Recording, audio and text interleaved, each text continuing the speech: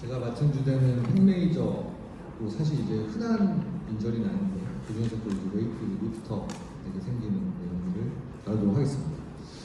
팩메이저 이렇게 익숙치 않으신 단어인 것 같아가지고 좀 아나토미부터 보면 투 헤드를 가지고 있고요. 클라비큘라 헤드가 메디알 클라비큘에서 프록시마 스터넘까지 이렇게 이마 윗부분이 있고 스터넘 코스탈 헤드가 훨씬 크죠. 그래서 전체 머슬 볼륨의 80% 이상이 스터널 코스트 쪽으로 가게 되어 있습니다. 인서션은 바이셉스 그루브를 넘어가서 저스트 라테랄 쪽에 인서션하고 액션은 주로 이제 어덕션, 인터널 로테이션을 많이 하고 일부는 포워드 플렉션으로 기여를 하는 것으로 알려져 있습니다.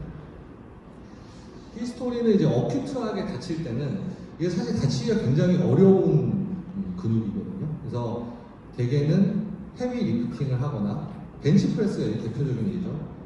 어덕션, 인터널 로테이션에서 저항하는 힘이 많이 걸렸을 때 그걸 이제 무리하게 힘을 주다 보면 끊어지는데 헤비 리프팅 또 이제 크로스핏을 요새 많이 하니까 그리고 주짓수 같은 거 할 때 팔 이렇게 바깥쪽으로 이제 상대방이 잡아당기는데 그 힘을 이제 뿌리치려고 강한 힘을 주다 보면 끊어집니다. 그래서 주변에서 이렇게 흔히 볼 수 있는 텐던 럽처는 아니고요. 굉장히 그 스페시픽한 상황에서만 나타날 수 있는 거라고 보시면 될 것 같습니다. 팝핑 사운드가 딱 들리니까 환자가 끊어졌다 하면서 이미 알게 되는 경우가 많고 심통은 이제 페인과 위크니스가 당연히 있을 거고요. 안테로라이트 체스트 월 쪽으로 브루이징하고 스웨링 에키모시스가 있기 때문에 진단은 비교적 7%는 쉽게 되는 편입니다. 그리고 이제 몇 가지 테스트들이 있는데 가장 흔한 게 이제 책에 나온 게 드롭드 니플 사인이라 해서 이 팩토라이스 메이저 끊어지면은 대흉근이기 때문에 체스트의 니플이 이렇게 어시메트리가 생기게 되거든요. 그래서 이게 사실은 펑션에도 관련이 있지만 코스메틱하게 치료를 잘 못하거나 컨서버티브를 했다 잘 안 되면 환자들이 미용상 때문에 생각보다 이 니플이 양쪽이 짝짝이니까 굉장히 보기 흉하고 그래서 컴플레인이 생각보다 많다고 알려져 있습니다. 그리고 크루시폼 테스트라는 게 있는데 이게 이제 원리가 이제 아킬레스 텐던에서 힐라이즈 하는 거랑 비슷해요. 아킬레스 텐던 끊어도 ROM 다 되잖아요. 또 팩토라이스 메이저도 ROM 다 됩니다. 끊어줘도 얼터너티브한 텐던들이 있기 때문에. 근데 환자를 이렇게 눕게 한 다음에 에이비덕션하고 이렇게 익스텐션한 상태에서 팔을 들어보라고 하면 아니면 여기다 좀 물병 같은 걸 잡고 들어보라고 하면 이니시에이션은 되는데 힘이 없기 때문에 이렇게 쭉 들어서 올리지 못합니다. 그래서 이것도 피지컬로 쓸 수 있는 간단한 테스트가 되겠고요. 크로닉 환자가 있는데 끊어졌을 때 잘 모르고 있다가 아니면 네글렉트 했다가 한 몇 개월이 지나면은 사실 진단하기도 부르짐도 다 없어지고 좀 어려울 수 있죠. 이럴 때 보면은 되게 이 겨드랑이 쪽 엑실라 바로 앞에 굉장히 두꺼운 파이브로틱 밴드가 팔페블하게 만져지고 엔트리 엑실러리 컨토가 이렇게 무너지면서 위크니스가 있는 걸로 또 진단할 수 있습니다. 클래시피케이션은 몇 가지가 있는데요. 저희가 그냥 머슬만 컨투전이나 스프레인이 생기는 경우가 있고 파시알 테어, 컴플리트 테어 이렇게 있고 로케이션에 따라서 6가지로 나누는데 머슬 오리진, 머슬 벨리, 무스큘러 텐디너스 정지원이 1, 2, 3이고 인트라 텐디너스가 4, 휴메라 인세션에서 떨어져 나가는 경우가 보통 이제 저희가 수술로 하는 거는 이 경우가 많겠죠. 그 다음에 본에서 어벌전 되는 경우도 종종 있는 것으로 그래서 6가지의 분류를 쓰고 있습니다. 클래시피케이션은 또 이걸 3차원적으로 생각하면 로테이 커프랑 비슷하게 파샬 풀 시크니스로 끊어질 수 있고 그 다음에 그 위아래로 이렇게 위스 그러니까 이제 그 층과 위아래를 해보면 인컴플리트하게 또 이제 컴플리트하게 그 위스가 전체가 다 떨어지고 일부가 남아있는 상황도 생각해 볼 수 있겠습니다. 이미지는 엑스레이는 대부분 노말인데 가끔가다 이제 본 어벌전 프랙처가 있는 걸 좀 발견할 수 있고요. 대개 이제 MRI를 주로 쓰게 되죠. 그래서 MRI에서는 굉장히 세그멘테이션을 잘 하는 게 중요한데 어큐트인 경우에는 이제 T2를 보면은 브루잉도 많이 보이고 헤마토마도 보이니까 쉽게 진단이 되고 크로닉인 경우에는 T1 이제 끊어진 자리를 정확히 봐야 치료 플랜을 잘 세울 수 있으니까 이런 것도 이벨루에이션 하는데 도움이 많이 되는 것으로 알려져 있습니다. 치료는 이제 넌 오퍼레이티브 트리트먼트가 나오는데 저희가 상식적으로 로우 디맨드, 엘더리 페이션트, 머슬 벨리 쪽에서 찢어진 경우 힐링 가능성이 많고 로우 그레이드 파시알 럽처 이런 거 컨서버티브하로 되어 있는데 약간 이렇게 패러독스인 게 이 올드 페이션트가 이런 팩토라이스 메이저 끊어질 리가 없거든요. 그래서 이런 경우는 사실 현실적으로 저희가 컨서버티브한 경우를 만나기 굉장히 어렵고 어쨌든 이런 경우에는 슬링을 좀 유지를 하고 패시브 아론 시키면서 액티브는 한 6주 정도 이후에 하라고 돼 있고 2, 3개월 뒤에 스트렝스닝 엑서사이즈를 하세요라고 되어 있습니다. 저희가 외래에서 만나는 거는 거의 대부분 이렇게 운동을 좀 많이 하는 벌쾌한 환자이기 때문에 거의 대부분 수술로 간다고 봐야 될 것 같고요. 어큐트 페어, 영 액큐 페이션트, 텐더 어벌전 이런 것들은 수술을 하는데 보통 프라이머리 리페어를 오픈으로 하고, 근데 이제 리컨스트럭션 해야 되는 경우는 크로닉이거나 뭐 스트렝스가 너무 많이 떨어져 있는데 모빌라이제이션 안 돼가지고 이제 원래 자리로 오지 않는 뭐 이런 경우 리컨스트럭션 하는데, 수술 방법은 이제 벨토 팩토라를 보통 쓰게 되고요. 트랜스 오세우스 수처를 하는 게 뭐 대부분인 것 같습니다. 저도 이렇게 하고 대부분의 분들이 이렇게 하는데, 뭐 상황에 따라서는 뭐 콜티컬 버튼을 쓰거나 아니면 트랜스 오세우스 수처를 할 수도 있고, 코로닉 경우에는 이제 그래프트가 필요한데 뭐 종류에 따라서는 아킬레스 알로를 제일 많이 쓰는 것 같고요. 그리고 이제 모양이 약간 패닝돼서 위아래로 붙는 모양이기 때문에 한 가닥의 아킬레스보다는 세미티 같은 걸 이렇게 돌려서 쓰는 게 좋다고 해서 이걸 더 선호하는 그런 페이퍼도 있는 것 같습니다. 커런트 컨셉 정리한 논문이 있는데요. 보면 이제 시스템 리뷰 쭉 해보니까 707케이스의 논문들을 쫙 보니까 수술을 하는 경우가 87%, 거의 뭐 90% 이상 수술한다고 봐야죠.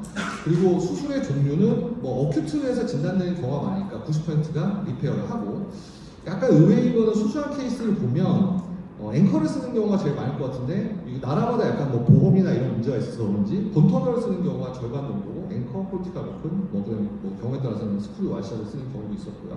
결과는 뭐 엑설런트가 70%, 부시한 18% 합쳐서 90% 정도는 뭐 좋은 결과를 보이는 것으로 보고가 됐습니다. 시스템 리커멘데이션을 보면 젊은 환자하고 액티브하면은 빨리 수술해주는 게 좋다는 그레이드 B 정도의 페어러브란, 왜냐면 이제 이 케이스가 많지 않기 때문에 시스템 뭐 이렇게 레벨 1, 2 에비던스는 굉장히 없습니다. 그래서 케이스 시리즈를 보면은 그래도 젊은 사람 빨리 수술해줘라. 넌 서지컬 트리트먼트를 옵션으로 할 수 있지만 결국엔 코스메틱 디포머티나 어덕션 파워가 떨어져서 결과가 좋지 않다도 페어 정도의 에비던스를 가지고 있고, 근데 이제 어큐트하고 크로닉을 언제 나눠서 리페어하고 리컨스트럭션을 언제 구별하느냐, 이거는 뭐 인시언스한테 잘 모른다. 그리고 이제 수술의 종류 중에서 수처나 본터널이나 이 중에서 뭐가 제일 좋냐, 이것도 아직은 에비던스가 없는 걸로 나와 있습니다. 스포츠에 관련된 논문은 뭐 가장 흔한 게 이제 베이스볼이니까 베이스볼 논문들이 예전에 좀 나온 게 있는데, 메이저리그 2011-17년까지 트래킹 시스템으로 인저리를 쭉 보면은 한 7,000명 이상의 선수들 200팀 이상을 쭉 봤더니 이 중에서 팩메이저의 컨투전이든 뭐든 하여튼 인저리를 조금이나 받았던 케이스가 138케이스, 메이저리그 32케이스, 마이너 106케이스. 생각보다 많지는 않죠. 이게 거의 한 8년 동안의 모든 경기를 다 추적을 한 건데, 스트레인이 133케이스고 럽처는 5케이스밖에 없었습니다. 굉장히 레어하죠. 대개는 이제 스로잉이든 배팅이든 도미넌트 사이드에서 생기게 되고, 리그의 퀄러티에 따른 뭐 에비던스의 차이, 인시던스의 차이는 없었다. 근데 거의 대부분이, 야구라는 게 뭐 기본적으로 리프팅하는 운동이 아니니까 피처들, 특히 스타팅 피처에서 한 절반 정도가 생기고, 대부분의 경우가 이런 게 아니면 발생하기 어렵다고, 그래서 굉장히 레어하다 이런 논문인데, 이번에 한번 좀 찾아봤더니 팩메이저 논문이 한 430편 정도 있는데, 예전에 논문이 거의 없다가 한 2019년부터 논문이 갑자기 급증하더라고요. 그래서 최근에 이제 리프팅에 대한 논문도 많이 나오는데, 그 이유가 예전에는 굉장히 이렇게 로우 디맨드의 피지컬 액티비티를 많이 했다면, 최근에는 뭐 크로스핏이나 주짓수 같은 거를 굉장히 대중화되면서 마치 이제 그 야구에서 구속이 빨라지면서 UCL 리컨이 늘어나는 것처럼 논문도 많이 나온 것 같습니다. 그래서 2023년 JOS 논문을 보면 22케이스의 바디빌더들한테 아킬레스 알로로 리컨스트럭션 케이스인데 평균 연령이 굉장히 젊어요. 32.1세였고, 그 다음에 인저리 투 서저리가 크로닉 케이스니까 37개월 정도, 리턴 투 플레이는 한 10개월 정도 됐고, 72%가 리턴 투 플레이 중에서 예전에 벤치프레스 레코드를 다시 이렇게 원래대로 갈 수 있는 정도의 수준으로 복귀했다고.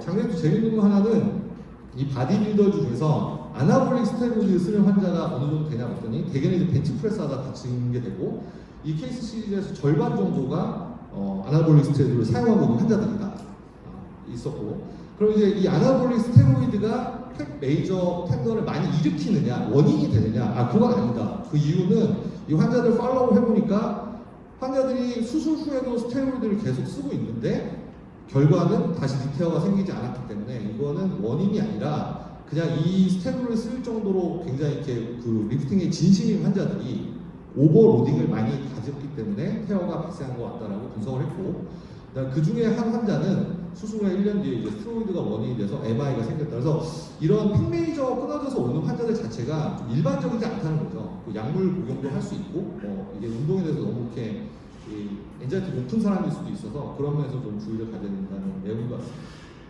그리고 이제 시스템 리뷰로 536명의 18개 스터디를 분석을 해봤더니 한 90%에서는 리턴 투 플레이가 가능하다. 그래서 논문들이 대부분 다 비슷한 것 같아요. 수술하면은 결과는 괜찮고 한 90% 정도에서는 리턴 투 플레이가 되고, 근데 이제 그 인저리 레벨 전에 뭐 리그 레벨이나 아니면 웨이팅의 어떤 무게를 봤을 때는 한 70% 정도는 복귀가 가능하다. 근데 시스템 리뷰를 보면 생각보다 컴플레인이 되게 많고 결과가 좀 깨끗하지 않은 것 같습니다. 그래서 한 19% 정도의 환자가 포스트업에서 약간 비대칭성이나 이런 컴플레인이 있었다고 하고 7%에서 리오퍼레이션이 있었다고 하니까 사실은 조금 결과는 생각보다 좋지 않다. 리테어도 있고 운두 인펙션도 많이 생긴다. 그러니까 리프팅을 계속 또 하는 환자들이기 때문에 리인저리 가능성이 높고 인펙션도 숄더 쪽보다는 좀 더 많이 생긴다는 게 컨센서스입니다. MRI 찍어보면은 엑스레이에서 보면 이 팩메이저 머슬이 쭉 있고 이 머슬이 와서 바이셉스 그루브를 넘어가서 라테랄 쪽에 붙어야 되는데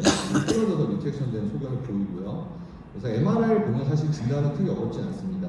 환자는 뭐 한 3주 정도 뒤에 와서 뭐 에키모시스나 이런 거 많이 좀 해결이 된 상태였고, 오픈할 때 보면은 요 스텀프가 보이거든요. 잡고 당겨서 리덕션이 어느 정도 되는지 보고, 그래서 만약에 너무 크로니로 진행돼가지고 리트랙션이 잘 안 당겨지면은 그래프트를 써야 될 수도 있습니다. 근데 이 케이스는 뭐 다행히 3주 정도 지났지만 당기면 어느 정도 잘 당겨오는 그런 케이스였고요. 그래서 프리퍼레이션 하고 인서션 사이트 앵커를 2개 받고 3개짜리, 그래서 타일을 하고, 저희가 로테이트 커프 하다가 팩메이저를 꾸며보면은 뭐 굉장히 벌키하고 텐더 퀄러티도 좋기 때문에 굉장히 꼬멜만한 텐더인 것 같습니다. 하고 마지막에 픽세이션 잘 됐는지 돌려서 확인해 보고요. 그리고 이제 포스트업 MRI 보면은 첫 번째 앵커인 데서 그 텐던이 쭉 넘어와서 바이셉스 그루브 건너편으로 와서 고정이 된 거 보이고, 두 번째 앵커도 잘 유지된 거 보이고. 네, 마지막 슬라이드입니다.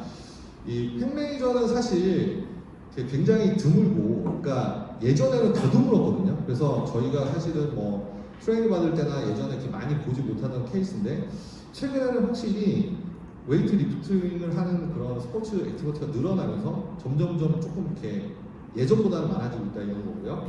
텐던 리페어는 스포츠 액티비티나 뭐 코스메틱이나 페인을 봤을 때 수술은 해줘야 된다. 그리고 컨서버티브를 할 환자가 처음부터 거의 없다라고 보시면 될 것 같고, 생각보다는 시스템 리뷰상에서 컴플리케이션이 좀 있는 케이스이기 때문에 수술 전에 환자한테 설명도 잘하고 수술 뒤에 모니터도 잘해야 된다가 결론이 되겠습니다. 경청해 주셔서 감사합니다.